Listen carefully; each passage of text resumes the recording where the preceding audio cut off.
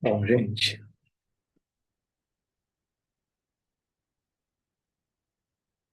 estamos seguindo aqui a nossa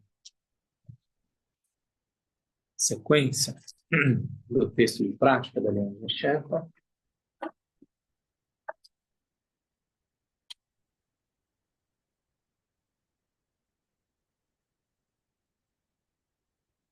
A gente vai fazer agora a leitura do terceiro pensamento que afasta a mente do samsara, né? Ou a terceira preliminar comum.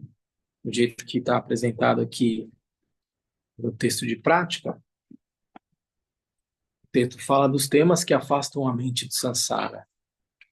E a gente viu ontem o desafio que a gente tem quando a gente estabelece esse tipo de objetivo, né? De se distanciar um pouco dessa experiência do samsara. Então, ontem a gente falou sobre a meditação sobre a preciosa existência humana como uma oportunidade para colocar em prática os ensinamentos do Senhor Buda, né? Aquele que se deparou com as experiências de sofrimento do samsara, do ciclo de renascimentos, e, e uma vez tendo encontrado uma resposta, um caminho, um modo de ser, né? Livre de sofrimento, ele compartilhou, girou a roda do Dharma e deu os ensinamentos, ah, sendo que a primeira nobre verdade, ele vai dizer que esse ciclo de renascimento, essa condição de realidade, da forma como nós nos relacionamos com ela, é uma condição de sofrimento, né? É uma constatação que ele traz. Ah, mas assumir uma postura de respeito, de devoção, ah, pelos seus ensinamentos, dota a existência humana do caráter precioso. E a gente falou muito da ideia da preciosa existência humana como uma enorme oportunidade que se tem para transcender essas experiências de sofrimento, seguindo um caminho, né? A segunda, o segundo tema que afasta a mente do samsara, ou a segunda preliminar comum, foi a meditação sobre a impermanência e morte. E a gente exaustivamente mencionou o caráter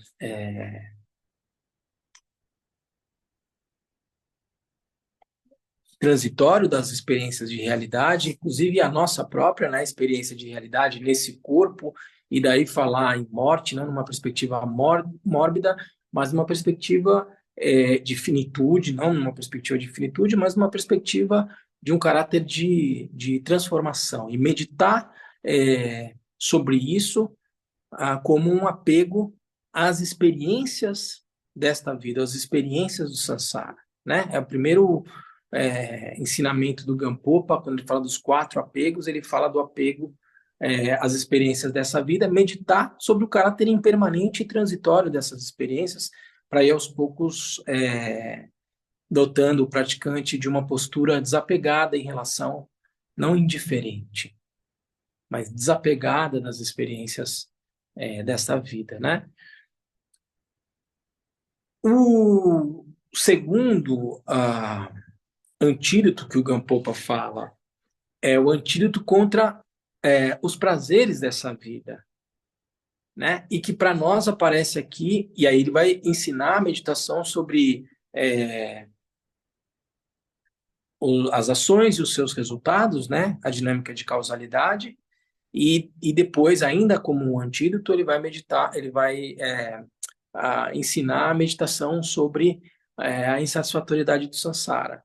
São 2 tipos de antídoto contra os prazeres dessa vida, as experiências aparentemente prazerosas dessa vida, como sendo, então, um segundo antídoto, né? E que, para nós, vão se dividir, então, na terceira e na quarta preliminar comum, que vão fechar esses 4 temas que afastam a mente do samsara e que às vezes a gente se refere às preliminares comuns, porque comuns, essa palavra comum, Kalu Rinpoche precedente explicou que a gente fala em comum porque todas as linhagens, todas as tradições praticam, né, esses 4 temas que afastam a mente do samsara. Então, é uma preliminar comum a todas as tradições budistas, essa reflexão, essa meditação.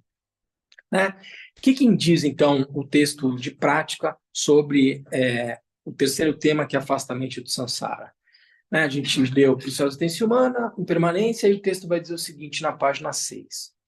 Mesmo que tenhamos o poder de um rei, no momento da morte, quando o corpo é destruído, vagamos sozinhos no bardo. A maturação dos atos positivos e negativos segue o corpo como sua sombra. As consequências das ações não se esgotam. Não existe resultado de ato não cometido. Os atos crescem, multiplicam-se e mudam. Os frutos da virtude e da não-virtude são, respectivamente, a felicidade e o sofrimento. Verdadeiramente, eles amadurecem no seu autor.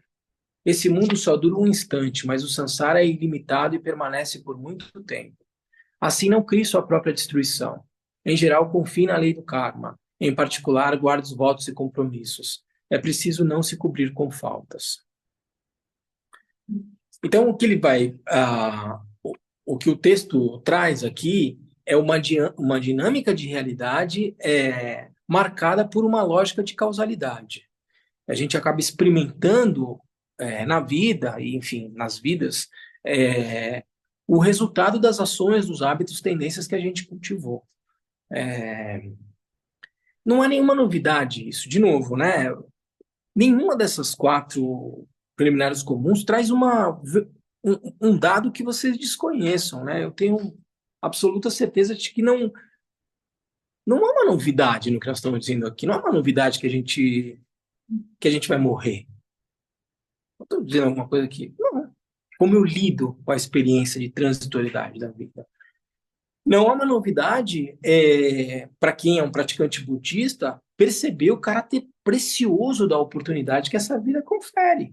Né? Se você entrou em contato com um ensinamento que pode, se bem praticado, te levar a uma condição livre de sofrimento, é claro que aqui é uma oportunidade extremamente preciosa. Não é uma novidade aqui. Não há nenhuma novidade. Então, não há nenhuma novidade em relação a esses 2 temas. Mas se a gente considerar a segunda preliminar comum da impermanência e morte, a gente viu o desafio que é meditar sobre isso.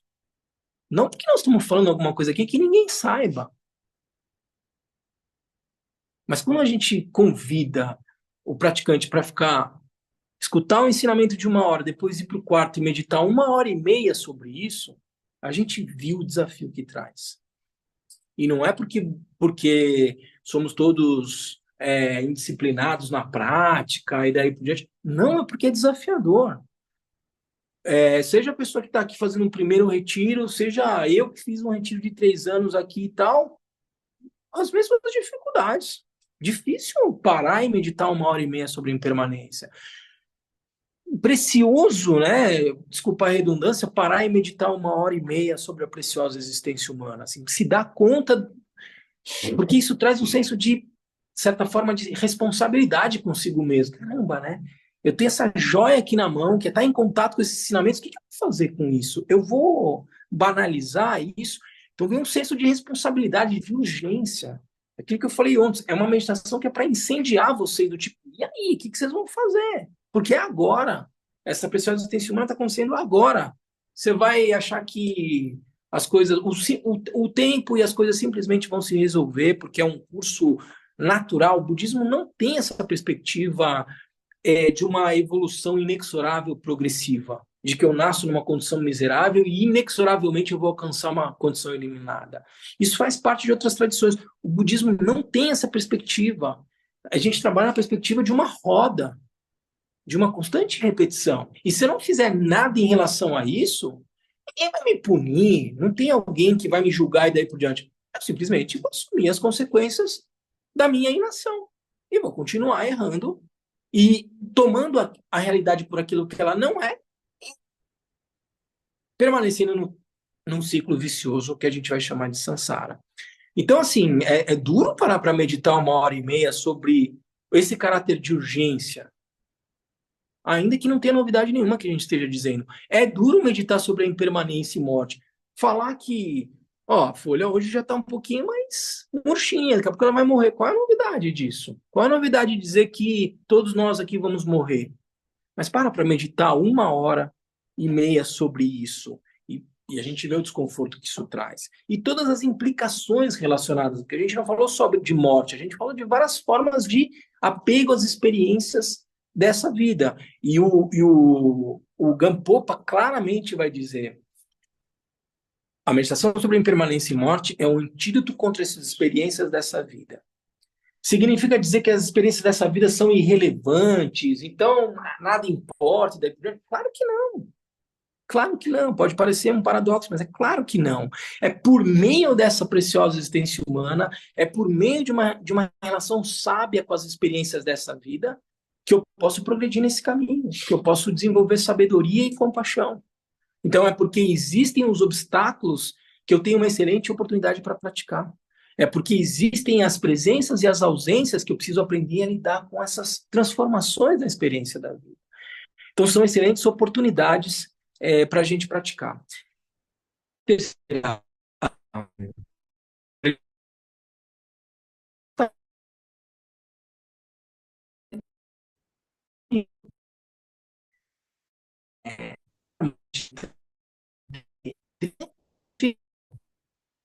quando a gente está falando em karma, nós estamos falando de ação. Ou, segundo a brilhante tradução que a equipe de tradução do KPG fez, de verdade, assim, eu digo brilhante porque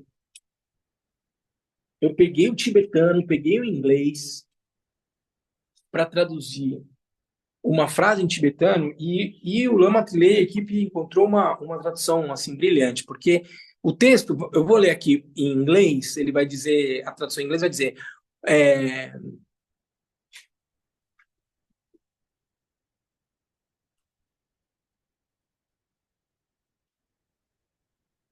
o karma é criado pela mente e pela sua força. Mas é difícil entender essa frase, né? A tradução que tem aqui no português é: o que é o karma? Página 211. O que é o karma? O condensado do Abhidharma responde. Você achou aí, Camila? Capítulo 6, os frutos dos atos. O que é o karma? O condensado do Abhidharma responde: é a impulsão mental e o ato que dele resulta. Então, você está falando de um impulso mental e a decorrente consequência dele, né? Mais fácil do que dizer. O karma é a mente, aliás, karma é criado pela mente e por sua força. Fica uma coisa muito, para mim, ah, muito difusa, assim. Acho que essa é uma tradução excelente. O que é o karma? A impulsão mental e o ato que dele resulta. Há uma dinâmica na mente. A gente já falou sobre isso quando a gente descreve a natureza da mente. A mente, ela, apesar de ser em substancialidade ou vacuidade, ela possui uma dinâmica. Um aspecto, no seu, né, a maneira pura de se referir a isso, um aspecto claridade, que é uma capacidade de conhecer e uma capacidade de manifestação, dinâmica. Então ele está dizendo que aqui essa impulsão mental, essa dinâmica da mente e o seu consequente resultado é a tradução do que é karma, ou dre. Então, nós estamos falando aqui de ação e resultado, de impulso que me leva a uma ação e que leva a um resultado. E se eu quero tirar o melhor proveito dessa existência humana, isso é uma coisa fundamental para a gente colocar desde o início, toda essa perspectiva causal dessa experiência de realidade não tem nada a ver com uma perspectiva moral. Não há uma lógica de moralidade implícita na lógica de causalidade. A moralidade é uma criação do homem. Não existe, eu me lembro que. Ó, já vou entrar os dois pés na porta aqui do ensinamento, tá? Eu me lembro, assim, e foi uma coisa chocante para mim. Quando a gente estava no retiro de 3 anos, apareceram umas gatas aqui no retiro, E elas fazendo aquela algazarra, atraindo um monte de gato. Resultado, a gatinha ficou prenha. E passado algum tempo, aparece, tipo, a gente andava dentro do Narolim, no meio de uma moita, a gente encontrava uma bolotinha branca, uma bola. Uns fofos os gatinhos, eram uns 4 gatinhos. Quando o Kalu Rinpoche esteve aqui visitando a gente no retiro de 3 anos, tinha um gatinho preto, que era um desses filhotes.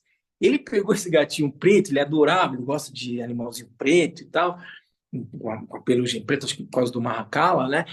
Ele pegou esse gatinho, botou dentro da roupa, dentro da blusa dele, o gatinho ficava andando dentro dele, assim. Eu fiz uma farra, o cara te adorou esses gatinhos. Bom, a gente se afeiçoou por eles e tal, colocava uma comidinha, mas a gente tinha uma disciplina de retiro, não dava para bobear muito nisso, mas eles estavam por lá. Eis que um dia, ó, estou dizendo que eu vou entrar com os dois pés na porta nesse ensinamento, tá? Eis que um dia, o pai desses gatinhos apareceu por lá. E começou a rondar e os gatinhos, uns fofos, tal, não sei o quê. Eis que o pai do gatinho foi com tudo para cima dos gatinhos para ter relação sexual com ele. Cara, eu fiquei em nível de indignação, cara. Eu tava no retiro, eu fiquei completamente indignado. Como esse pai dos gatinhos faz isso com os gatinhos? Não existe essa lógica de moralidade no mundo animal. Bem-vindos. Não existe. Agora, qual é a consequência de uma atitude, de uma, de uma relação com a sexualidade dessa forma? Isso tem uma consequência. Eu não preciso de um juízo de moralidade para julgar o que está acontecendo ou não. Eu, com os meus olhos de humano, estou dizendo, esse pai está abusando desse gatinho. Cara, eu queria jogar o gato fora. Doido. Esse é o meu olhar.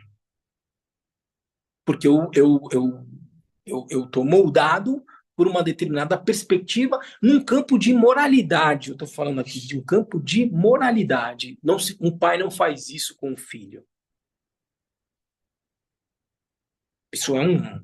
A gente sabe qual é o nome que a gente dá a isso na nossa sociedade, daí por diante. Então, gente, não existe isso no mundo animal. O que não significa. Então, o que eu estou querendo dizer é o seguinte: a gente tem que olhar a perspectiva dos ensinamentos sobre a lei de causalidade se vestido de uma lógica de moralidade, mas a partir de uma lógica consequencial. Tem uma consequência a isso. Porque essa moralidade ela vai mudar ao longo dos anos, em diferentes culturas. Se você pegar qual é a lógica de moralidade numa aldeia de um povo originário na Amazônia, você vai ficar de cabelo em pé. Eu trabalho com alguns profissionais advogados que trabalham com entidades de comunidades indígenas e daí por diante. E quando você tem um argumento moralista para querer massacrar uma população indígena, pega o que as mães ou os pais fazem com seus índiozinhos nas tribos, a partir do olhar do homem branco, e você vai ter um argumento farto para criminalizar as populações indígenas. Qual é o sentido disso? Então aqui eu posso ter, tá tendo parecendo aparentemente um discurso progressista, porque aqui eu estou falando das populações indígenas, não faz sentido criminalizá-los e daí por diante. Mas se eu olhar por uma outra perspectiva dos ensinamentos, vai parecer um ensinamento absolutamente autoritário e, enfim, conservador e daí por diante. Vamos deixar de lado isso, gente. Toda essa lógica de julgamento e moralidade não faz sentido sob a perspectiva de uma simples lógica de causalidade. Então, o que eu estou querendo dizer com isso? Talvez a maneira desse pai ou desse gato macho se relacionar com os filhos seja, eventualmente, a causa de renascimento do porquê ele nasce como gato. pelo tipo de relação que eu estabeleço com uma experiência de prazer no corpo. E eu não preciso de uma lógica de moralidade aqui para contaminar a perspectiva desse ensinamento. Tá claro o que eu estou querendo dizer? Porque isso vai variar com o tempo. Então, às vezes, você vai ter algumas regras monásticas ou divinária e daí por diante que vão variar ao longo do tempo. Isso todas as tradições têm. Quando se estabelece um critério de dogma e daí por diante, a não ser que eu tenha o argumento de uma autoridade superior, como uma lei divina que desceu e falou, isso é que Deus disse que é assim, e não há discussão, e isso permanece imutável porque tem esse argumento de autoridade, quando não existe esse tipo de autoridade, como de fato não existe no budismo, não há um Deus que diz você faz isso ou faz aquilo, como eu sustento um código de ética desinvestido de uma lógica de moralidade, a partir de uma perspectiva de uma lógica causal? Ações produzem resultados. E sob essa perspectiva, como eu faço para adotar uma postura que seja mais saudável sob a perspectiva de um praticante? O que é uma atitude saudável sob a perspectiva do praticante? Qual é a atitude que eu adoto que cria condições mais favoráveis para a minha prática e gera menos obstáculos? Então, se eu tenho uma vida encharcada de prazeres e daí por diante, aquilo vai gerar, como consequência, uma experiência de realidade onde eu estou absolutamente aprisionado pelos meus impulsos. Isso é liberdade? Liberdade é eu satisfazer todos os meus impulsos ou liberdade é estabelecer uma relação de autonomia a tudo aquilo que apela aos meus sentidos? E eu não preciso de um código moral para me dizer se isso é bonito ou feio, se está certo ou está errado. Nós estamos falando de uma perspectiva de uma lógica causal. Tudo bem até aqui, gente? Você falou duas coisas. Antes de você falar gerar menos obstáculos, o que você falou mesmo? Criar condições mais favoráveis para a prática. Posso tirar uma dúvida? Sim. Uma dúvida que eu tenho ao tempo é o seguinte, a gente lê, né, e ouve que o desejo é causa de renascimento como humano, né? Função predominante. Mas isso é uma coisa negativa, um aspecto negativo, né, o desejo. Mas se a gente for olhar pelo aspecto positivo do ser humano, a gente pode dizer que o refreamento moral, essa capacidade de refrear os impulsos, né, esse refreamento moral é causa de renascimento humano, é uma condição para a gente continuar renascendo como humano, porque pelo que o senhor está falando aí, né, uma pessoa que age de forma muito inconsequente, muito irresponsável, né, e dando total vazão aos seus impulsos, ele parece que está plantando as sementes para um renascimento como animal. Seria isso? Se a tua atitude ela é absolutamente inconsequente, você teria a lógica da ignorância, é uma perspectiva que não associa essa lógica de causalidade. Então, ao não fazer essa associação, essa perspectiva, não uma ignorância discursiva e daí por diante, mas essa perspectiva absolutamente primitiva de seguir os seus impulsos sem uma lógica causal que molde a sua atitude no mundo. E isso é causa como um renascimento como um animal. Mas se eu com algum nível consciente ou inconsciente,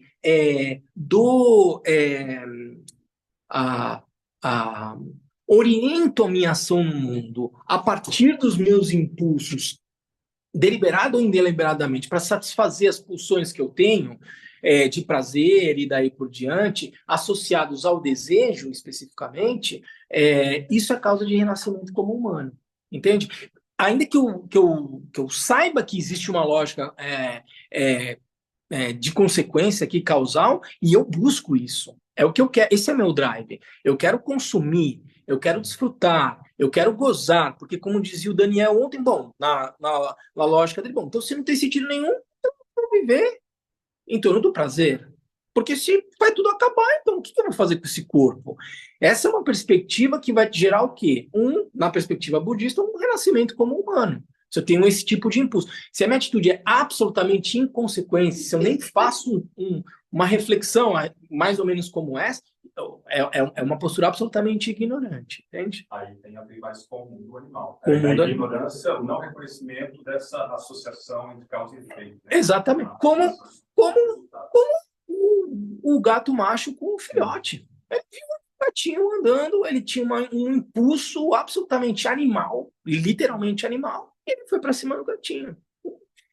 Não fez nenhum tipo de reflexão, nem nada. Então, alguém que tem esse tipo de comportamento tá beirando na vida entre um renascimento humano miserável, o texto fala aqui as condições, e um renascimento como um animal. Se eu me comporto na vida com uma lógica de procriar e me alimentar e comer, se eu acordo de manhã e estou pensando o que eu vou almoçar, o que eu vou jantar, com quem que eu vou satisfazer os meus impulsos sexuais e daí por diante, eu vou criar que hábito?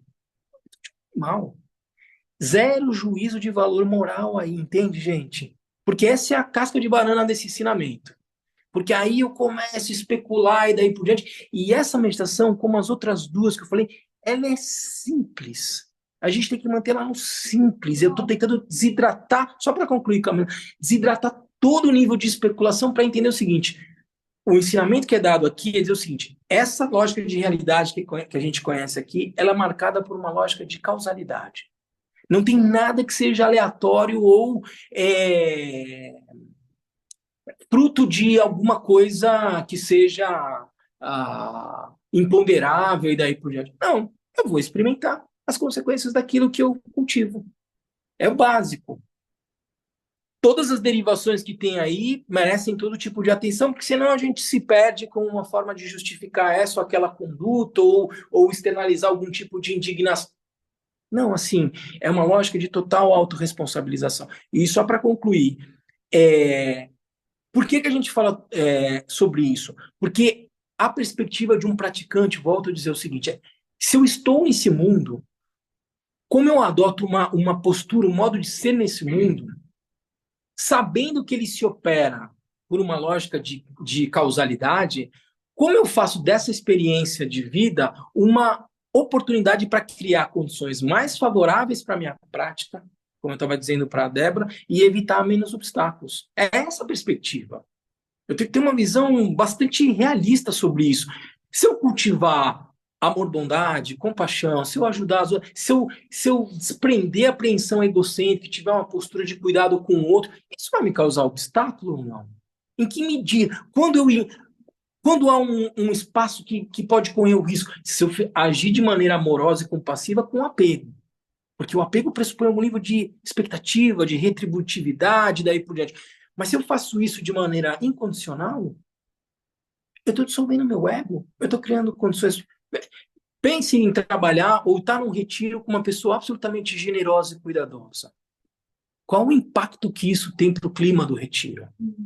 Pensa se eu estou num retiro com uma pessoa vingativa, ardilosa e daí por diante. Qual o impacto que isso tem para um retiro? Se a gente está vivendo em comunidade, né? Assim, num espaço fechado, confinado, não é fácil estar em retiro, gente. São 20 pessoas com as suas visões de mundo, convivendo no espaço fechado. Eu me lembro o Neo Jorpa, o Preto, falando: o treinamento de um comissário de bordo é uma coisa, sim, extremamente complexa, porque você vai colocar 120 pessoas num lugar que as pessoas vão ficar com 40 centímetros, 50. Você coloca 120 pessoas num lugar confinado por 8, 10 horas, a possibilidade de dar ruim é enorme. E esses caras estão ali para despressurizar o ambiente do avião. Não é fácil. Então, tá em retiro da mesma forma. E por que eu estou dizendo isso? Porque afeta, importa o comportamento do outro. Então, se eu adoto uma postura que seja solidária e tal, isso traz consequências. Isso muito provavelmente cria um ambiente mais favorável para a prática. Então, nós estamos olhando essa lógica de causalidade aqui na perspectiva de um praticante. Bom, deixa eu jogar com o regulamento na mão. Se eu estou nessa realidade e ela funciona a partir de uma lógica de causalidade, quais são as 10 ações mais virtuosas ou mais favoráveis à minha prática que eu devo adotar? E quais são as ações mais negativas que eu devo evitar? Com qual perspectiva? Com a perspectiva de que eu quero progredir nesse caminho que o Buda ensinou. Então a gente vai falar sobre as 3 ações virtuosas com o corpo, 4 com a palavra e 3 com a mente, a partir dessa lógica de causalidade. Tudo bem, gente? Camila? Mas só porque eu não entendi muito bem, por que o senhor enalteceu essa questão da ausência, da moralidade, ser justamente a reflexão sobre ela que vai permitir a pessoa praticar no mundo que vai trazer melhores resultados. Porque o conceito de moralidade que a gente tem no Ocidente, daí por diante, ele está muito encharcado de conteúdos, de subjetividades, e isso para a gente não interessa. Então, quando a gente fala assim, uma ética, por exemplo, um ethos, melhor dizendo, é um modo de agir no mundo que não necessariamente pressupõe uma moralidade, sob a perspectiva do que é o certo, o que é o errado e daí por diante, mas muito mais uma perspectiva de causalidade. Isso desidrata todas as armadilhas que podem acontecer. Se você tiver o conceito de moralidade baseado nessa lógica de causalidade, não tem problema nenhum você falar em moralidade. Mas, em geral, não é assim que as pessoas se referem quando falam em moralidade, porque elas associam isso aqui a moralismo, que é outra coisa. Porque nesse exemplo do gato que o senhor deu, o ideal seria que, para não repetir, dentro do seu exemplo, o ideal seria que tivesse uma reflexão moral que impedisse ele de ficar reproduzindo essa mesma ação. Pera, quem tem essa reflexão moral? No exemplo que o senhor deu do gato... Então, mas quem seria capaz de fazer essa reflexão? Porque numa situação como essa, o gato não trabalha sobre esse código moral e daí por diante. Ele está seguindo um impulso dele. Se eu tiver uma possibilidade de afastar o pai, porque ele pode machucar o gatinho, do gatinho eu puder fazer isso, claro que eu posso fazer, mas totalmente desinvestido de todas as emoções que eu senti a partir de uma lógica de que um pai não faz isso com o filho, entende? Mas simplesmente sob a perspectiva de que esse gato pode ser machucado por esse pai, porque esse pai é grande, o gato é pequenininho, eles podem se ferir. Mas eu desidrato toda a perspectiva de moralidade que vem a partir da lógica do que eu aprendi na sociedade onde eu vivo, de que um pai não tem relação sexual com o filho, entende? Tira um aspecto de moralidade e olha para o fato em si. Se eu puder fazer algo que possa evitar a dor e o sofrimento desse gatinho, porque ele está indefeso diante de um gato maior, eu vou separar. Mas toda a raiva que eu senti, toda a emoção, ela não me serve de nada. Desidrata essa perspectiva de moralidade e olha a realidade a partir de uma lógica de causalidade. Esse é o desafio. Não, tem uma questão em termos de ação e consequências. No caso de uma pessoa que é budista, mas trabalha num emprego um policial, por exemplo. Ele é um bom cidadão, ele é um budista, mas ele enfrenta uma situação em que ele precisa de um sequestro em que a pessoa quer matar a outra e ele é solicitado, cara, você vai ter que executar o cara lá. E aí ele age por uma motivação de ajudar, mas ele cometeu um assassinato. Quais são as consequências? Não, isso é, sim, a gente já falou bastante sobre isso. Assim, isso é, e como essa situação, a gente vai passar aqui 3 anos, 3 meses, 3 dias imaginando hipóteses onde isso pode acontecer. Então a gente vai se balizar por alguns critérios aqui, né? A lógica de karma, a lógica causal, leva muito em consideração o destinatário da atuação. Esse é o que os textos vão dizer. O destinatário da atuação importa. O Lama Tile sempre falava assim, se você der um tapa na cabeça de um amigo e se você der um tapa na cabeça de um policial ou de um presidente da república, a consequência vai ser diferente. Então, se você matar um Buda, a gente viu isso é um ato hediondo. Então, assim, para você entender essa lógica causal, vai se considerar o destinatário da atuação, a motivação da ação que você praticou, o que você queria com isso, e a intensidade da ação. Esses são os 3 critérios. Então, a partir de um critério de destinatário, intensidade e motivação, você vai compreender por uma lógica causal o nível de amadurecimento kármico que isso vai gerar, né? Mas que vai gerar uma consequência, vai. Então, se você, essa pessoa que é policial, causas e condições levaram a que ele, nesse momento, nessa vida, fosse um policial e tivesse diante de um sequestro e tivesse que tomar uma decisão. Isso não é um acaso. Isso é fruto de causas e consequências que levam ele a estar naquela cena e tendo que tomar aquela decisão. E aquela decisão vai ter consequências. Por exemplo, quando a diferença, por exemplo, de... Então, vamos entrar já aqui nos temas. 3 ações com o corpo, 4 com a palavra e 3 com a mente. Primeira ação negativa a não se praticar, não matar. Ou ação positiva, salvar vidas. Por exemplo, para você entender essa dinâmica da extensão do karma,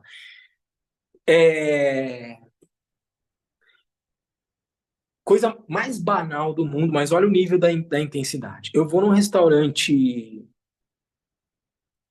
de frutos do mar, chiquérrimo, na Bahia, e eu entro lá e tem um aquário, e tem lá um caranguejo ali, uma lagosta ali, no aquário, viva. E o chefe do restaurante vira e fala, ó, aqui os frutos são todos frescos, você pode escolher o teu fruto, a tua lagosta aí, viva que a gente vai assar. Você vai lá, olha a primeira ação. Eu quero comer um animal, eu vou envidar os esforços para poder comer esse animal. Eu vou escolher qual é o animal. Alguém vai pegar esse animal e vai colocar na frigideira vivo, um polvo, uma lagosta.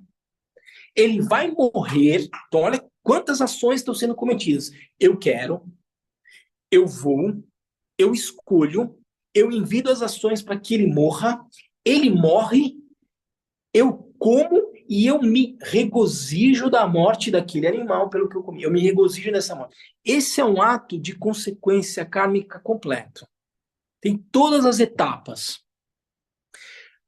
Ah, mas você não... Você fala, mas eu não vou em restaurante chique desse, então esse aí eu escapei. Tá bom. Tô dando aqui ensinamento, passo um pernilongo voando. Eu olho pro pernilongo e falo, ele tá me atrapalhando. Eu vou matar esse pernilongo.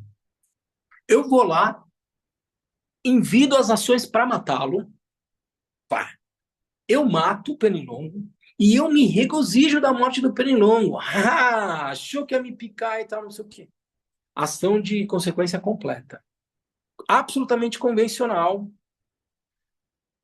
Quantos de vocês não viram, eventualmente compraram, espero que não, mas aquela raquetinha que vende no farol? Não tem uma pistola de sol. Então, qual é a questão? Eu vou dizer, Geraldo, você vai queimar no fogo no inferno, e depois eu vou dizer assim, tá tudo certo, Geraldo. Esse boleto é teu. Arca com as consequências da sua ação se você matar qualquer animal. Não tem moralidade aí. Eu não vou dizer que ele é bom ou ele é ruim. O Geraldo, eu tô pegando aqui coisa. Qualquer pessoa. Existe uma lógica de autoimplicação nas suas ações. E o Buda ele só tá dizendo, ele só tá te dando um toque. Ó, deixa eu te falar. Funciona assim. Quer? Não tem um julgamento final, um tribunal, pessoas acusando, defendendo. Não, não, não. Assume, tá tudo certo. Cada um é livre para fazer o que quiser. Não tem moralidade aí. Eu não vou julgar ninguém, que horrível e tal. A pessoa. O que dói no coração é que, pelo menos na perspectiva, um budista olhando isso fala assim: dói no meu coração e diz assim, cara, ele não sabe o que ele está fazendo. E ele não sabe a consequência que isso vai ter. Então, na medida do possível, se eu tento fazer isso com a minha família, que tem as suas raquetinhas e tal. Eu tento brincar e daí por diante e tal, porque como praticante budista, e eu tenho uma preciosa existência humana, então eu confio nesses ensinamentos, porque intuitivamente eu fui percebendo na vida que existe uma lógica de causalidade aqui operando, né? Parece fazer sentido para mim. Parece que todas as ações têm consequências. E parece que, de alguma forma, sem a necessidade de um julgamento moral, de uma autoridade superior e tal, a ação de matar um ser gera uma consequência. Porque não tem nada que seja inconsequente na vida. Não tem nada que eu faça que, de alguma forma, não vai implicar em algum tipo de resultado. Essa é a perspectiva budista. Alguém pode imaginar que existe causalidade, que existe o infortúnio, e daí tá tudo certo. Eu não quero criticar ninguém que não acredita, mas eu, como praticante budista, estou entendendo que as ações têm uma causalidade. E quando eu vejo alguém agir de maneira desavisada, impulsiva, por conta de um desconforto, tem uma formiga passando em cima da minha roupa, eu vou lá e mato a formiga, tipo, hello? Você vai matar o bicho porque ele tá fazendo coceguinha. Ele quer tanto quanto você encontrar um mínimo de equilíbrio, alimento, paz. Ele quer não encontrar um tamanduá, um passarinho que venha comê-lo e eu vou lá e mato o bicho porque ele tá andando no pé. Tipo, mas se você acha que isso não tem consequência nenhuma e tal, bem, não vou sair julgando todo mundo, dizendo que horror e tal. Apesar das pessoas que convivem comigo ficarem meio constrangidas no meu ambiente de trabalho, e daí por diante, porque eu tenho sempre umas reações quando eu vejo alguém matando um ser. Isso pode parecer banal, gente, mas isso é um elemento fundamental. Na perspectiva budista, não matar. Só uma observação. Eu queria contar uma historinha, mas acho que você não vai gostar. Eu só queria fazer uma observação que eu acho que foi tratada aqui. Por exemplo, o budista é considerado insensível, né? A gente estava conversando sobre isso. Por quê? Porque em outras religiões, ou talvez até em outras instâncias da sociedade, existe a tentativa de abrandar a consequência dos seus karmas. Vamos olhar para o Brasil, né? Então, a gente tem uma conta a pagar, mas a sociedade, de maneira geral, humana, ela se organiza de uma maneira a abrandar ou não, dependendo do tipo de sociedade, inclusive, né? Sim. Você vai... Nos árabes tem menos isso, né? Você roubou, corta o pedaço da mão, enfim, né? Tem outras sociedades, como a cristã, que tenta abrandar a pobreza, abrandar. Então, ela vai intervir de maneira a, dentro da noção de compaixão dela, Perdoar. não só perdoar, mas abrandar, inclusive, né? Vocês estão vendo a pobreza, a gente vai dar um jeito de juntar dinheiro e dar alimento, nosso governo tem tendências, né? Então, outros governos têm, enfim. A sociedade humana, ela entra, claro que dependendo da cultura, para abrandar isso. Então, como é que fica isso assim? Isso é considerado compaixão na sociedade humana de maneira geral. Até por isso que muita gente fala, olha, o budista fala, não, vocês não têm compaixão nenhuma, né? Porque a gente está na lógica do você fez, você vai pagar. Se vai ter agora ou depois, ou como é que vai ser o negócio, a gente não sabe. Mas... Então, como é que fica isso? Assim, fica muito conflituoso viver na sociedade. Você entende o que eu estou querendo dizer? Mas, assim, a vida do budismo na sociedade, ela é conflituosa, porque nós somos considerados não compassivos. Então, assim, mas tem razão o que você está dizendo. Apesar da compaixão ser justamente enxergar que se você matou o mosquito, você vai levar. Não, assim, dá para entender, você tem toda a razão.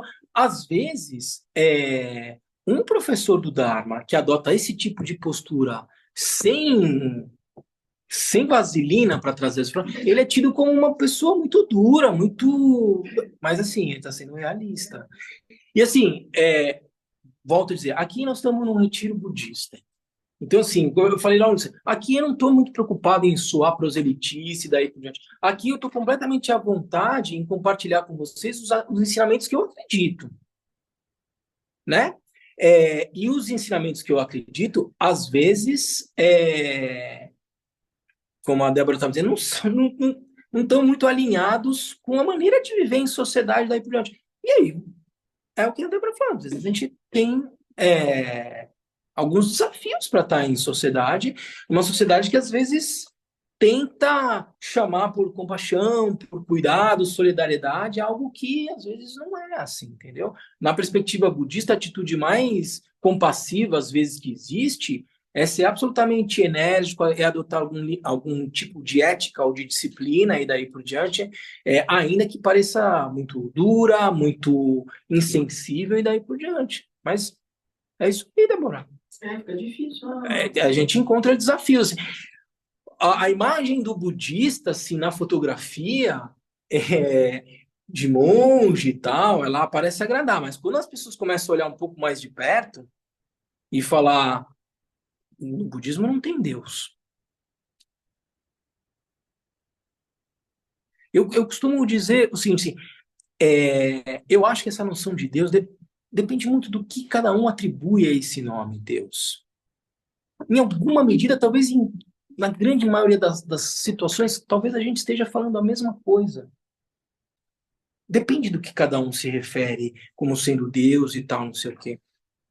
E precisa ser um ser muito iluminado para dizer se a visão eternalista hinduísta de um Deus que tudo permeia e dá um aspecto divino em todas as coisas está certa, ou a perspectiva budista. Eu não cheguei nesse nível lá do final para olhar e falar, você está certo ou está errado. Então eu tenho uma atitude de total respeito a todas as tradições, até porque eu não consigo alcançar o que cada um se refere quando está falando em Deus. Mas, fechando parênteses, então, no budismo não tem Deus. Como é que é falar sobre isso numa sociedade como a brasileira, cristã? Como é que é isso? De verdade, só que você chega perto e olha assim, então, o Buda, quando nos deu os ensinamentos, eu falei para vocês, ele não estava interessado em provar ou não a existência de Deus. Ele queria lidar com o sofrimento. Então, no budismo, o que eu estou dizendo não tem essa noção de um Deus criador. Não tem. E aí? A gente tá na foto, bonito, todo mundo vira. Mas e aí? Senta na mesa de jantar e começa a falar sobre essa perspectiva numa mesa minimamente convencional aqui do Brasil. Não é fácil. Mas existe como abrandar dentro do livro, assim como existe. Primeira postura, total, sim, a postura que o Dalai Lama tem, total respeito e tolerância com as outras visões de mundo. E tenha serenidade para entender o que você vai falar e o lugar onde você vai falar. Assim, respeita, né? Aqui eu estou muito à vontade de dizer essas coisas para você, mas eu vou ter um mínimo de leitura e vou saber onde faz sentido eu colocar isso. Vale a pena criar esse tipo de enfrentamento numa situação onde as pessoas já têm as suas próprias convicções. Se em algum momento encontrar algum tipo de abertura, eu vou lá, coloco uma coisinha, outra e tal, mas assim, menos, né? O budismo não tem essa visão. Então eu diria assim, atenuar é assim, segue o teu caminho, faz aquilo que você acha que é o correto, e volto a te dizer, Débora, se você praticar essas 10 ações virtuosas e evitar as 10 ações não virtuosas, eu te garanto, você vai atenuar. Então, se todas as tradições seguissem os ensinamentos dos seus mestres, não teria problema. Todas as tradições. Cristã, muçulmana, judaica, tradições de matriz africana, budistas, hinduístas e daí por diante. Segue. Assim, como atenuar? Primeiro, não matar. Ação positiva, salvar vidas. Segundo, não roubar. Roubar no sentido amplo, gente. Não seja desonesto. Não tome aquilo que não é teu. Não dê um jeitinho e daí por diante. Tenha um código de honestidade. O texto, eu não vou entrar aqui, mas ele vai descrever formas de renascimento, exatamente quais são as consequências de você matar. Se você mata, você cria apto para renascimento nos infernos. Se você rouba, você pode renascer como... Eu não vou entrar nessa matemática, porque eu acho que para aquilo que a gente vai fazer aqui, que é uma meditação de 30 minutos sobre as 3 ações com o corpo virtuosas, eu acho que não vale a pena entrar nessa matemática. A meditação é simples, gente. É simples. Olha o valor que uma outra vida tem. No sentido da perspectiva de que todos os seres possuem a natureza de Buda, todos os seres buscam um mínimo de equilíbrio, de sobrevivência, de bem-estar e buscam evitar sofrimento. Mesmo o masoquista, ele imagina que a felicidade está na dor, assim, é uma constante. Então, assim, olha sobre essa perspectiva de não matar e de salvar vidas. Então, o que eu faço com uma ação positiva? Salvar vidas. Por exemplo, eu moro em casa, sempre aparece aranha em casa, aranha grande. E meu filho, minha esposa tem medo. Eu tenho lá um pegador de aranha. E eu pego a aranha, só deve ser novidade para você, solta a aranha. É uma vida que eu salvei. É uma aranha que ia sofrer uma morte por uma chinelada ou alguma coisa do tipo. Não. Aí eu vou lá e só. Então, assim, quando é possível fazer isso, faça. Não queira ser o herói, daí por diante, mas se eu adoto uma postura aí, esse voto interno, daqui para frente eu não vou mais matar nenhum ser, isso já muda muita coisa. Pensa se 7 bilhões de seres tivessem esse tipo de postura de respeito. Como seria a nossa lógica? Será que o Brasil seria o maior produtor de proteína animal, né, gente? Não é um bicho, não é uma vaca, não é, é proteína animal, virou uma commodity. Será que a gente teria essa relação de consumo, ainda que a gente precise de proteína e tal, mas desse jeito que a gente consome? Será que precisaria? Será que se a gente tivesse o mínimo de uma atitude de respeito com a vida, a gente estaria nessa lógica de consumo? Vai até aí na meditação. E não entra em mais derivações. A lógica é desenvolver uma atitude de apreço, uma atitude virtuosa em relação à vida. Segundo, não roubar. Uma atitude de respeito ao que é do outro, uma atitude de honestidade daí por diante. Qual é a atitude virtuosa em relação a isso?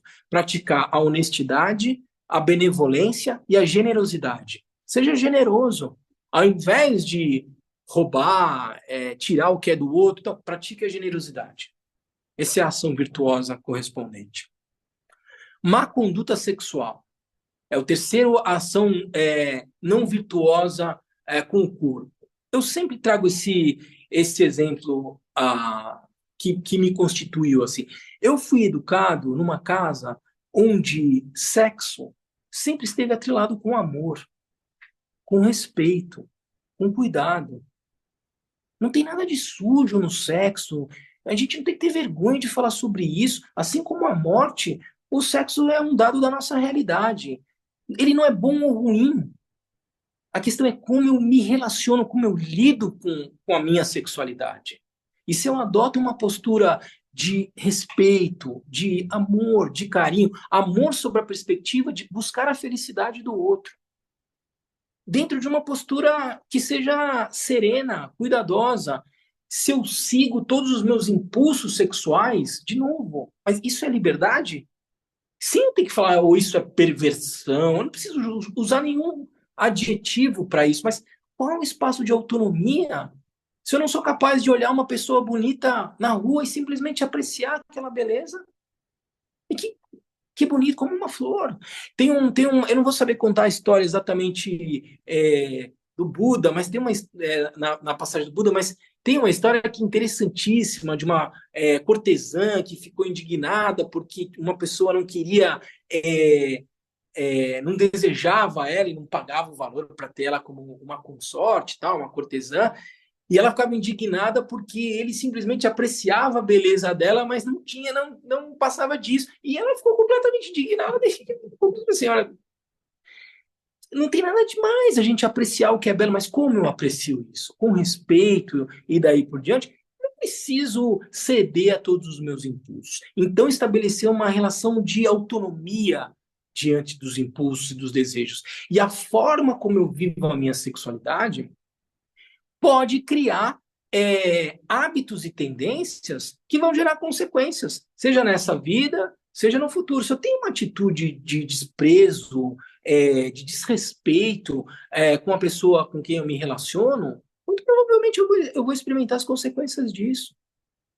Na perspectiva budista, ainda se você não encontrar isso nessa vida, na perspectiva budista, isso vai trazer um imprint no teu contínuo mental, isso vai trazer consequências. Então, sem entrar no aspecto de moralidade sobre como eu vivo a minha sexualidade, daí por diante, tenha consciência da maneira como você vive a tua sexualidade. Os textos dão exemplos variados, que vão desde você ter relação sexual com uma pessoa que já seja comprometida, até praticar sexo oral, sexo anal e daí por diante. Os textos vão até esse nível. O fundamental é que não existe um juízo de moralidade sobre o budismo é contra o homossexual. Não existe um traço desse tipo de argumento. O que existe, fundamentalmente, é uma questão: esteja consciente com a maneira como você vive a sua sexualidade. E aí é uma escolha tua. E lide com as consequências de uma postura que seja saudável ou não saudável com a tua sexualidade. Viver aprisionado em relação ao impulso sexual é causa de obstáculos e daí por diante. Então, só para concluir, como eu adoto uma postura saudável? Tenha uma vida sexual saudável, na medida do que é o possível. Respeite a pessoa com quem você está, ou as pessoas com quem você se relaciona. Tenha um hábito moderado. O texto fala e é difícil entender essa interpretação, fazer sexo mais do que 5 vezes seguidas. Ele está falando disso num ano, num mês, num dia, não sei.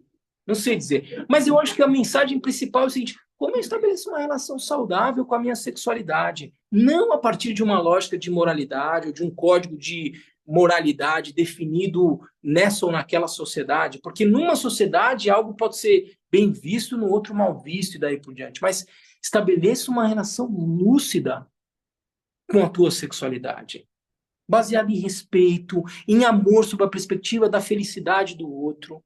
E seja consciente em relação à felicidade do outro, eu não me refiro à compulsividade do outro. Não é satisfazer todos os desejos e apelos do outro quando você eventualmente percebe que aquilo não vai ser saudável para aquela outra pessoa. Seja consciente na perspectiva da maneira como você vive a tua amorosidade com o outro. Vai ter uma resposta que vai valer para tudo e tal? Não, como eu falei para o Daniel, a gente pode trazer aqui 100 mil exemplos desse domínio. O fundamental é trabalhar sobre esses princípios, sobre esses norteadores e baseado nisso, atitude de respeito, de cuidado, de consideração e daí por diante, a gente vai se livrar, eu diria, de muitos obstáculos, de muitas cascas de banana também nesse domínio. Então, um corpo, não matar, ação positiva, salvar vidas, não roubar, ação positiva, benevolência, generosidade, não ter uma má conduta sexual, viver a sua sexualidade de uma maneira lúcida, amorosa, responsável, cuidadosa. É por aí. É sobre isso que a gente vai meditar nos 30 primeiros minutos, tá bom? Camila. Não, mas essa parte aqui da conduta sexual é uma coisa que eu sempre reflito, eu nunca chego a uma conclusão, que eu li alguma dessas sadanas, uma das aspirações que você faz é que todas as minhas relações possam ser significativas. E eu percebo que ao decorrer da vida, muitas das pessoas com as quais eu me relacionei, né, os chamados ex, eu sinto que é significativo a ponto de, às vezes, manter alguma comunicação. Mas eu me questiono o quanto que isso é uma coisa positiva ou negativa, o quanto que, de fato, está alimentando uma relação que é significativa, ou quanto que isso pode... Uma excelente pergunta, Camila. Eu diria que, assim, na tua atitude consciente, seria importante você fazer primeiro uma avaliação, porque eu logo vou responder a tua pergunta, se você imagina que manter essa relação para o outro vai ser saudável. Numa perspectiva compassiva mesmo, pensando o que isso pode significar para o outro. Um aprisionamento, não deixar o outro seguir a vida e encontrar outras pessoas. Será que o outro vai entender essa tua postura desse jeito e daí por diante? Tentar fazer, de certa forma, estabelecer uma postura e um olhar, se colocando no lugar do outro. Só uma consideração inicial. Mas eu diria, na minha perspectiva, assim, que se há maturidade e se é possível se compreender o aspecto impermanente da natureza das relações, como eu falei, a gente começa um relacionamento apaixonado, grude, daí por diante, isso vai virando outra coisa. E as pessoas que estão casadas há muito tempo vão encontrar outras nuances no relacionamento. Ou seja, esse relacionamento está em constante transformação. No meu modo de ver, o término de um relacionamento, assim, eu não consigo entender como as pessoas terminam e elas se odeiam e nunca mais se falam. Porque essa pessoa foi tão importante na minha vida, ela participou de tão momentos lindos e daí por diante. Como eu vou limar essa pessoa da minha vida? Eu penso assim. E eu não entendo como isso acontece. Mas é muito mais a regra, as pessoas, tipo, não posso mais. Talvez por uma lógica de se proteger, porque é uma intensidade muito grande do que foi vivido e se rompeu e tal. Então, é preciso ter essa leitura de entender o quanto isso machuca o outro, porque uma pessoa que vive o amor na perspectiva budista busca a felicidade do outro onde quer que ela esteja. E se a felicidade do outro significa não estar mais com você, porque ama essa pessoa, tem que dizer, segue, vai encontrar tal, que você encontre. Ah, tem várias músicas, tava terminando. Tem várias músicas que vão apontar para esse caminho, entendeu? Agora, é fácil viver isso? Não é. Então, assim, eu entendo o teu dilema, entendeu, Camila? A gente tem que ter essa leitura de se colocar no lugar do outro, entender isso é saudável para o outro. Para mim seria, eu queria ter. Ele não é mais meu companheiro, mas ele é meu amigo. Eu quero saber da vida dele, se ele teve filhos, se ele tá feliz. Tem que tirar essa pessoa da minha vida e tal. Mas eu não penso não só no outro, porque eu acho que entre mim e o outro é até tudo bem, mas o outro que está com a pessoa. Que está com uma outra pessoa? E o outro que está comigo. Então. Né? Porque se eu penso no outro que está comigo. Exatamente. Eu acho que esse outro que está comigo não gostaria. Talvez não vai gostar. Exatamente. Mas o outro. É significativo, então eu devo abrir mão, né? Assim, numa perspectiva compassiva, se a pessoa que você preza naquela relação pode sofrer consequências no relacionamento atual que ela tem, então não dá para ser insensível a isso, entendeu? Eu já me afastei de pessoas que eu gosto muito porque eu entendi que. Então eu guardo essas pessoas no meu coração. Lembra que você estava dizendo? Vou voltar no tema, assim. Essa pessoa pode estar longe e como você dizia, mas ela nunca vai estar longe do meu coração. Você falava do Lama Trilém, agora a gente está falando de uma pessoa. Tem pessoas que nunca vão sair do meu coração. E com quem eu me relacionei, e o fim do relacionamento foi difícil.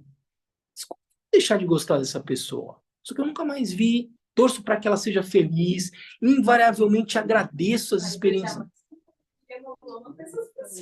Não, eu não estou falando isso. Eu estou dizendo essa perspectiva de que por quem você tem apreço, você não precisa tirar do seu coração.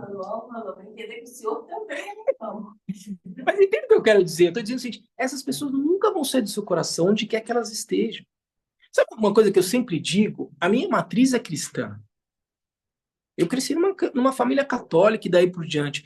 Se alguém dissesse para mim, eu tenho que tirar Jesus do meu coração para ser budista, eu aqui, ó, de lâmina, eu diria, funciona, sim. Mas como eu vou tirar uma pessoa que eu tenho um profundo respeito, cuja tradução é o amor do meu coração? Não, tá aqui. Nossa, profundo respeito. Eu já falei, em alguns momentos do retiro, eu fui entender muitas coisas do cristianismo, do catolicismo, dentro do retiro budista. Assim. Mas que coisa preciosa. Eu não estava dizendo aqui, né? No cristianismo não tem essa noção de renascimento. Você tem que fazer tudo nessa vida. Que é tudo ou nada que mais sábia do que isso. Tipo assim, não dá para eu dizer, não, nessa vida eu não vou fazer, deixa para próxima e tal. No cristianismo, meu amigo, ó, é agora, entendeu? E a gente não está falando que existe é só o agora, porque tô vivo, não tô. Eu sei essa experiência aqui, então é já, é aqui agora, entendeu? Só para abrir um parênteses, assim, então assim, eu fui entender muitas coisas na distância. E nessa perspectiva, eu não tenho que tirar ninguém do meu coração, ainda que talvez ele esteja mais presente no meu altar, porque agora é um altar budista, mas lembra que a gente falou do apego ao altar e daí por diante? Mas no fundo, tá aqui. E eu tenho um profundo respeito, entende? Então, agora, voltando no teu exemplo, não é simples, entendeu, Camila? É uma relação significativa para você, sim. Tem a outra pessoa que você gosta muito, mas ela já pode estar num relacionamento. Você também pode estar num relacionamento. Como é que eu navego nisso tudo? Usa esses princípios, entendeu, Camila? Não tem uma matemática do tipo, pá, assim, a gente vai navegando em cima desses princípios e vai tentando acertar, e às vezes a gente erra, e a gente aprende com erro, e vida que segue, entendeu? Eu fiquei numa dúvida em relação a esse aspecto de causalidade, por exemplo, no reino animal, né? Porque a gente, enquanto humano, a gente poderia renascer no mundo animal. E eles que não têm esse tipo de discernimento, como é que funciona para eles? Então, eles vão nascendo como animal. Até que, por exemplo, o Kalu Rinpoche dizia, eu acho que alguns dos meus alunos ocidentais, eles são, na verdade, nas vidas passadas, eles eram pombas que eu alimentava quando eu estava no monastério, e eles criaram um vínculo kármico comigo de gratidão e tal, e aquilo criou algum tipo de imprint, e aquilo, sabe assim, algum tipo de apreço que fez você renascer como um humano. É muito sutil essa forma de renascimento, mas sair de uma condição animal é muito difícil, porque em que situação você tem para praticar uma atitude que que possa de fato se compadecer do outro. Você vai ver algumas imagens de animais salvando outro animal que foi atropelado na rua. Você vê o comportamento dos bonobos, dos chimpanzés e tal. Tem várias gradações aí de nível de consciência e daí por diante que os animais têm. E isso pode gerar causas de renascimentos mais favoráveis, entendeu? Mas é difícil sair dessa condição. Por isso que se diz, quando você nasce como animal, para você sair dessa condição é muito difícil. Se você nasce num inferno, que você sofre, morre, sofre, como é que imprinte que vai vir de você ter uma outra experiência de realidade se você está imerso em sofrimento? Então, não é simples, não é simples. Os pets, de alguma maneira, eles podem já ter um contato maior com. Podem, claro. Pô, você quer, leva em consideração o karma bom que um pet tem em relação Um ser a humano. um bicho que está aí, até um ser humano, um bicho que está aí fugindo para não virar hambúrguer, sei lá, salsicha de um outro bicho, assim. É claro, olha como existem diferenças aí, né? E mesmo na capacidade cognitiva mesmo dos animais, tem várias, como os humanos, né? Como os, enfim. Então, depende do tipo de animal e daí por diante, um, um pet, por exemplo, vai estabelecer uma relação kármica com o seu dono de outra natureza, né? Um ensinamento, se não me engano, agora eu não tenho certeza, por isso que eu estou perguntando, de que os 6 mundos vão se exaurindo, né? Mas assim, leva cálculos e cálculos, né? De que o mundo animal depois vira o humano vira o semideus, semideus, Deus, Deus, depois cai no inferno, do inferno vira preto. Parece que o círculo vai se exaurindo, mas assim, a nível temporal muito grande. Por exemplo, você fica uma eternidade nos animais, mas depois parece que exaure e você vai para outra classe. Eu ouvi já um ensinamento Não nesse conheço sentido. isso. Não há uma. Mas eu não tenho certeza. Não há essa perspectiva inexorável de você vai para um, depois vai para. Mas é uma coisa assim, de tempo enorme. Eu não Entendeu? conheço, de verdade. É. Não conheço esse ensinamento. Alguém ia fazer uma pergunta em casa? Oi, peraí, meu, a criatura aqui, ó. Ó o petzinho, uma bom aí. Ui, peraí. Lama, te falar, você acha que no caso, assim, quando a gente, né, como ser humano, seria uma obrigação nossa ajudar, assim, até como, né, essa parte de prometer ajudar a liberar os seres do Sansara, por exemplo, com pet ou animais que a gente encontra na rua, assim, para ajudar eles a fazerem essa mudança de reino depois da morte deles. É possível a gente ir ajudando? Por exemplo, teve semana passada, teve um cachorrinho que foi atropelado ali na L4, aí teve um cara que parou o carro, tirou, encostei o carro junto para fechar a via, aí a gente tirou ele, botou na grama, só que assim, com uma pancada grande, deu 5 minutos, o bichinho morreu, sabe? Aí eu sei que eu fiquei arrasada.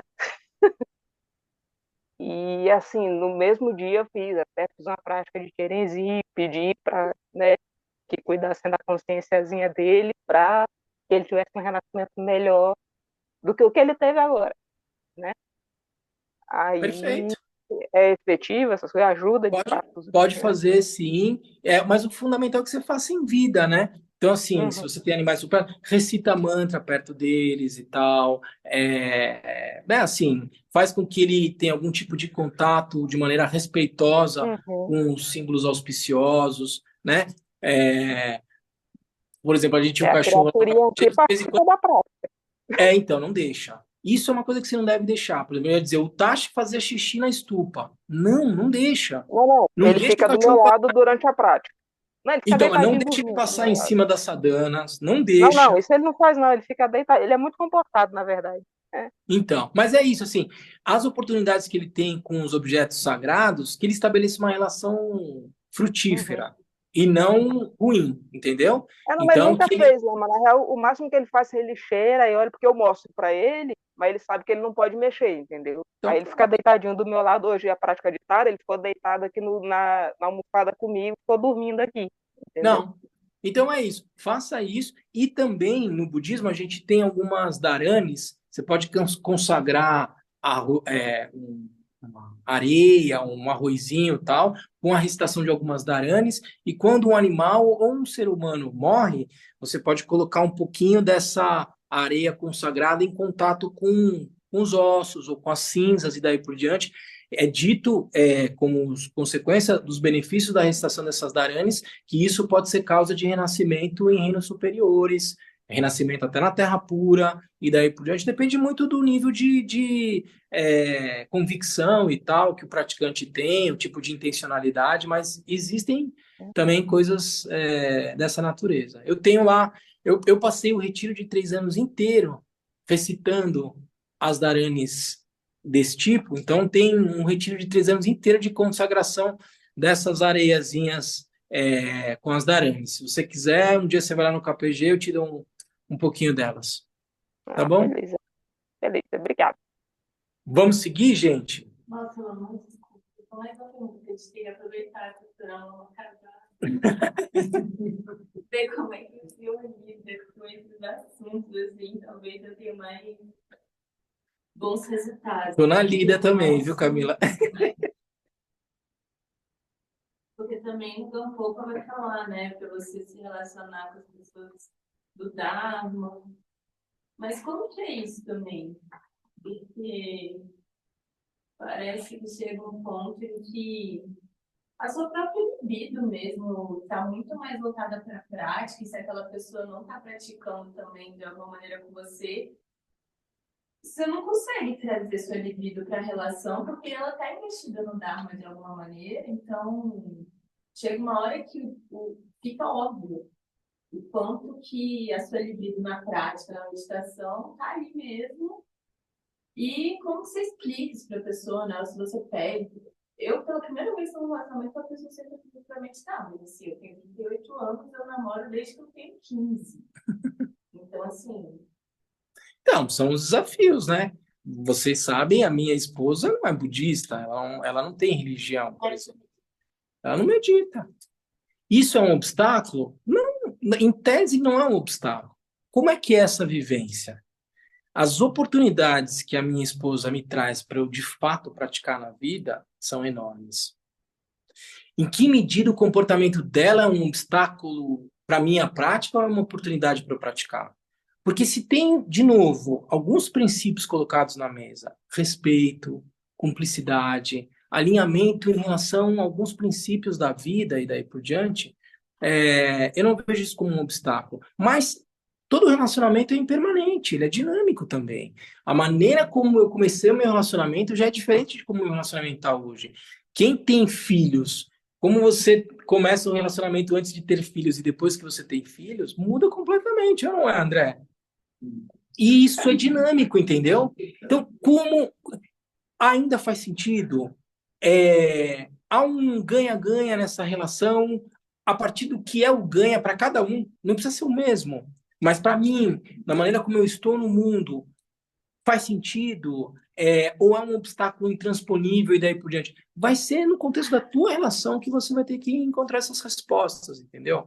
Eu não diria que você só pode relacionar com uma pessoa budista. Mas se você tem um alinhamento de pensamento com uma pessoa, isso pode ajudar no relacionamento? Claro que pode. Eu não vou ser hipócrita. Só dá certo o relacionamento entre budistas?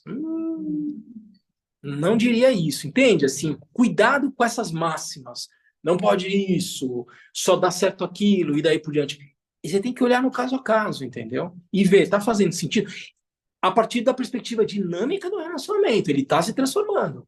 Ele já é outra coisa. Eu vou voltar para casa depois do retiro, já vai ser diferente lá em casa. É a primeira vez que eu faço um retiro, estando no Brasil de 3 dias, com meu filho com 6 anos. Como é que eu vou lidar para ele estabelecer uma relação saudável com estar aqui com vocês hoje e ele não estabelecer uma relação de aversão do tipo, esse budismo tira o meu pai de casa, eu queria estar com ele. Mas, então, e aí? O que eu faço? É meu filho, eu amo e eu quero que ele tenha uma preciosa existência humana, que ele tenha uma boa conexão com o Dharma.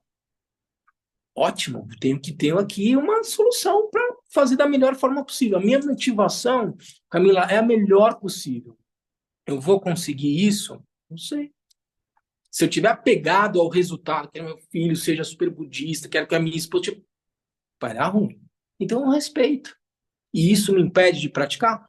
Não. Eu sou casado, sou pai, sou lama e estou fazendo um retiro aqui com vocês.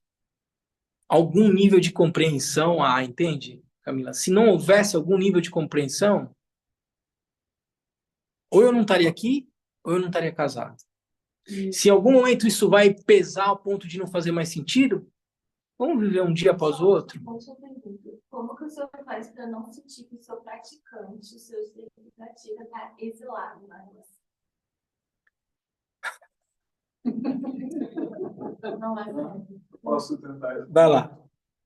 Nas meditações e tomadas de refúgio, incluir a pessoa nas visualizações, eu tenho visto que isso transforma, né? No sentido de que o coração vai se abrindo, você deixa de querer falar e começa a emanar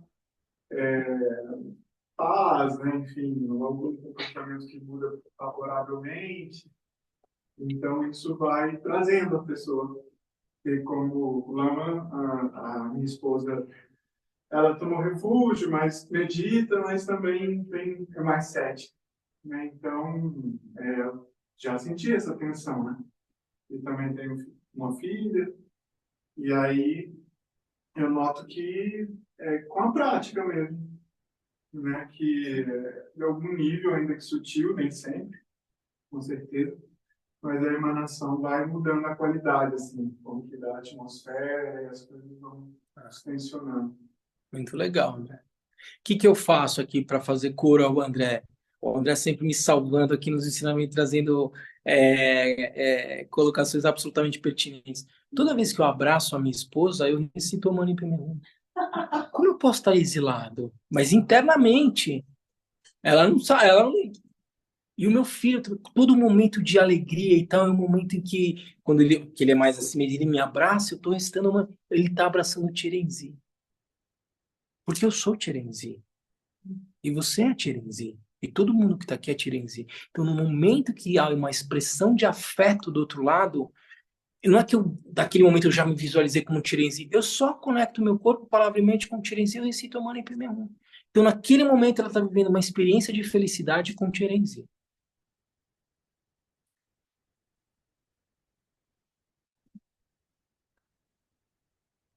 É. Ele estava participando do vídeo Mendes do namorado. E aí fez uma pergunta muito boa. E eu levei a pergunta para o também. E assim, eu não tinha colocado ele no lance dele que estava namorando com ele. Agora ele já colocou. Mas ele não era meu aluno. Ele veio simplesmente porque ele já estava namorando. Aí o Lama virou para mim e falou assim: não adianta, você tem que mostrar. Quando o Lama falou mostra, aí eu entendi que não era só ali no vídeo, era mostrar na vida mesmo. Porque te obriga, né?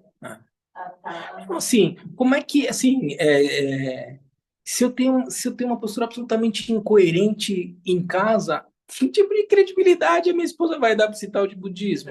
Ou eu sou isso, e para ser, num contexto de uma relação, gente, aqui no retiro é fácil.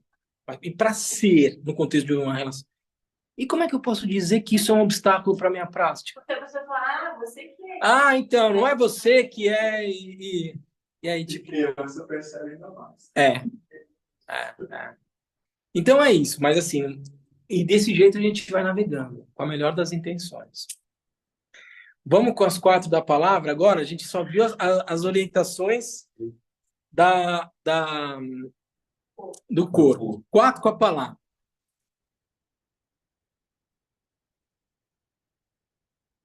Não mentir.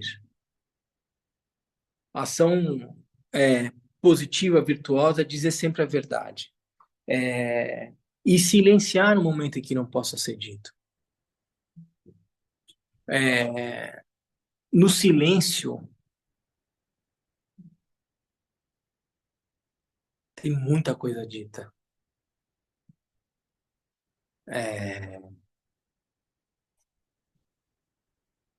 Eu já dei alguns ensinamentos, eu já mencionei um ensinamento que o Buda simplesmente levanta Lotus. E quem viu a verdade, viu. Não precisa ser dita. Então, assim, às vezes o silêncio diz muito. Às vezes o silêncio é insuportavelmente alto e pode trazer uma verdade. Não mentir, né? Ah, o texto vai falar assim, não mentir, principalmente ao falar sobre as tuas realizações no Dharma. Eu já passei esse nível de realização. Grandes, ou mentiras de grandes consequências, ou de pequenas consequências, ou de nenhuma consequência. Não minta. Porque na medida em que você vai purificando a palavra, de certa forma, num determinado momento, tudo que você coloca na boca se torna verdade. Porque, não, porque não há mentira nas palavras. Um Buda não mente, um Bodhisattva não mente. Ele cuida do uso da palavra de uma maneira absolutamente atenta. Assim, medite sobre as diferentes formas de mentir com a palavra. É isso que vocês vão meditar a respeito disso. E a ação positiva é dizer sempre a verdade. Silenciar quando nada puder ser dito. Discurso divisivo. Direto, indireto ou secreto. Ter um discurso voltado à discórdia. Seja diretamente, seja por meio de hipocrisia, ou seja de forma secreta. Eu estou fazendo uma fofoca ali que é para causar cisão. Lembra que a gente falava do uso correto da palavra? Assim, isso ainda no contexto da sanga, isso é problema. Ação positiva, adotar um discurso conciliador. E, gente, aqui, de novo, é porque eu não vou ter tempo de trazer todos os argumentos aqui do texto, os ensinamentos do texto, mas não é por um código de moralidade, é que traz consequências. E você vai ter que lidar com as consequências se você adotar um discurso divisivo, que causa divisão. Então, olha para essa perspectiva, olha quantas vezes. Se na meditação, até dando uma dica para você, se na meditação você se deparar com situações onde você fez alguma ação que não era legal, assume, reconhece, se arrependa e se comprometa a não praticar mais. Imagine que você está na frente do Buda e você fez a ação de purificação. É tão simples quanto isso. E você faça isso tantas vezes quando precisar. Fala. Eu posso perguntar só no retorno, já que o senhor tocou, isso ameniza ou isso retira o mau karma? Então, assim, eu acho que isso vai descondicionando a atitude. Para desidratar um pouco uma perspectiva mágica do tipo, eu falei na frente do Buda, me arrependi, me comprometi, não fiz mais, está tudo resolvido, e pareceu um passe de mágica, eu diria assim, se é uma coisa absolutamente isolada, que você fez uma vez na vida e nunca mais vai fazer, eu até diria, e você se comprometeu e nunca mais fez, digamos, você purificou esse teu karma. Se não, no entanto, é um hábito, eu diria, é muito mais um processo de descondicionamento, entendeu? Porque toda vez que você fizer, você vai ter que imaginar que você está na frente do Buda e você está dizendo, cara, errei de novo, pisei na bola, me arrependo, reconheço, me arrependo, me comprometo a não fazer mais e confio nessa prática de purificação. São 4 ações. 1 e 2, isso de alguma forma eu trabalhei mais na perspectiva de um descondicionamento, entendeu, Wagner? Mas se eventualmente foi uma coisa que você fez uma vez só e foi o suficiente para te causar um enorme arrependimento e você não se comprometer mais a fazer, aquele hábito você purificou. A consequência dele, de alguma forma, vai poder aparecer. Alguns textos, eu confesso que eu não conheço muito, mas alguns textos vão poder dizer que um karma que poderia ser você renascer numa condição ruim é purificado e faz com que você simplesmente tenha uma dor de cabeça no dia seguinte, por exemplo. Alguns ensinamentos falam de algo a respeito disso. Eu não tenho muito conhecimento a respeito. Se você me fizer uma segunda pergunta a respeito disso, eu já provavelmente não saberia responder, porque aqui é muito do que eu estudei, do que eu li, mas eu não tenho muito conhecimento experiencial para dizer, se você fizer isso, você só vai ter uma dor de cabeça. Eu não sei. Não, mas reconheço, arrependo. Eu reconheço, me arrependo, me comprometo a não praticar mais e confio nessa prática de purificação. Não é uma bobagem, eu não estou aqui fazendo. Não, assim, eu reconheço, eu me arrependo, eu me comprometo a não fazer mais e eu confio nessa prática. Não, mas eu vou tomando os exemplos da vida cotidiana. Gente, só uma coisinha, vou pedir a consciência de todos vocês. Eu não queria avançar na meditação, então eu preciso ainda passar mais alguns pontos. Vamos ser conscientes nas perguntas que a gente vai fazer a partir de agora, porque senão a gente começa a invadir o tempo da meditação das pessoas. Eu vou confiar no discernimento de vocês. Depois dessa leve pressão, Daniel, se você quiser fazer a pergunta, fique à vontade. Não, assim. Não, é exemplo cotidiano mesmo. Então, vamos fazer o seguinte. Vamos fazer o seguinte. Leva para a tua meditação, vê o que vai acontecer e aí traz. Porque, de verdade, senão a gente já engoliu os 30 minutos de intervalo e a gente veio aqui para praticar. Então, eu não queria comprometer isso, tá bom?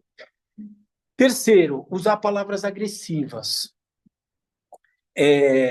Direto ou indiretamente, ou por meio de rodeios, né? Diretamente, se dizer uma palavra dura, assim, agressiva, um palavrão, uma coisa assim. Indiretamente, é de forma dissimulada. De um jeito, às vezes, meio frívolo, parece meio... Mas tem agressividade, né? Aquele... Como é que fala? O passivo-agressivo, né? Ou com rodeios, querendo agredir alguém ou uma pessoa próxima. Isso é ação não virtuosa. Isso causa obstáculo. Qual é a solução para isso? Usar palavras amenas. Usar palavras amenas. Por mais que sem hipocrisia, mas maneira. Esse é o jeito de lidar com situações onde a agressividade surge. E usar palavras inúteis, né? Tagarelar. Fica falando, né, Matheus? A gente falando, fica falando às vezes quando eventualmente talvez o melhor seja silenciar, assim. Por isso que eu falei para vocês no início do retiro, assim, vamos falar o menos possível, gente. Vamos cultivar o silêncio no retiro, porque a gente veio aqui para praticar. Não é para ser agressivo, não é para ser ríspido nem nada, mas assim, gente, a gente sabe a peleja que estar aqui fazendo esse retiro, para esse lugar estar em ordem, para pegar o carro, a chuva, separar um tempo. É um feriado, 2024 teve nenhum feriado no segundo semestre, a gente escolheu estar aqui, a gente não perde essa oportunidade. Quando levantar, vai lá, faz sua prática. Quando vier, faz as perguntas. Quando for almoçar, silêncio, gente.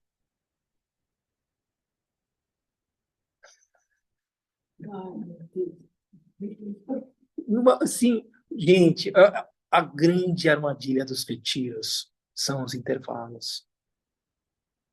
Eu digo isso com uma experiência que vocês não imaginam. Cuida dos intervalos. Não se dispersa em conversa que, nesse momento, não vai levar a lugar nenhum. Pensa no que você está praticando, no esforço que foi você estar aqui, tira o melhor proveito do retiro.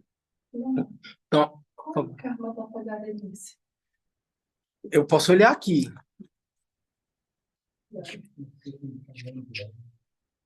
E aí a gente vai ter um argumento bem convincente.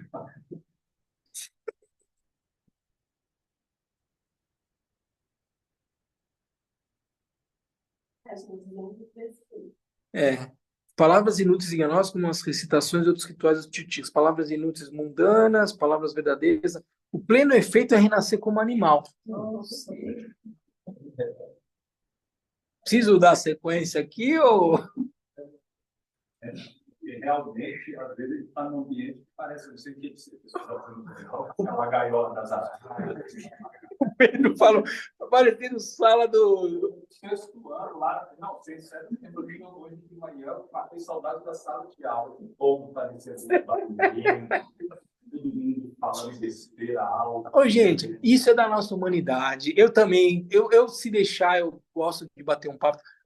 Aqui não é para criticar, assim, é um lembrete à vigilância, assim. É só isso. E sinceramente, assim, eu digo isso com um profundo respeito e amorosidade por todo mundo que está aqui. Assim, a alegria que é ver cada um de vocês aqui é enorme. De verdade, porque eu tô vendo gente praticar aqui. Então aproveita, gente. É só isso, que eu sei a relação que é para estar aqui, tá bom? Não. Eu queria só falar sobre isso um pouquinho. Assim, todo retiro tem isso mesmo, mas eu sinto isso, uma alegria muito grande de estar no retiro, quando a gente consegue, finaliza o dia, fez toda essa cidade, está no outro dia, assim, né, com aquela euforia, assim, de estar com as pessoas, a gente sente vontade de conversar mais mesmo. Mas, por outro lado, eu percebo também que o retiro é assim, ó, perde muita qualidade. Exatamente. E isso depende do quê? De nós. Assim, o nível de conversa de ontem era mais baixo do que já foi de hoje. E eu já notei isso. E o que o Pedro está dizendo é verdade, assim. E isso está diretamente relacionado ao desempenho que você vai ter no retiro, ao resultado que você vai colher no retiro. Eu digo isso, gente, com um nível de experiência. Por favor, confiem, não desperdicem qualquer segundo dentro do retiro. Vocês estão aqui para praticar, eu disse isso desde o início. E sabia, de manhã eu fui 2 vezes na cozinha. A segunda vez o Pedro perguntou: o que você está procurando aí? Eu fui lá e falei: não, eu só vim pegar minha caneca e tal. Eu falei: não, a gente vai ter um momento na prática para falar, dentro do tempo e num contexto absolutamente respeitoso ao Dharma e às pessoas, para relembrar isso, gente.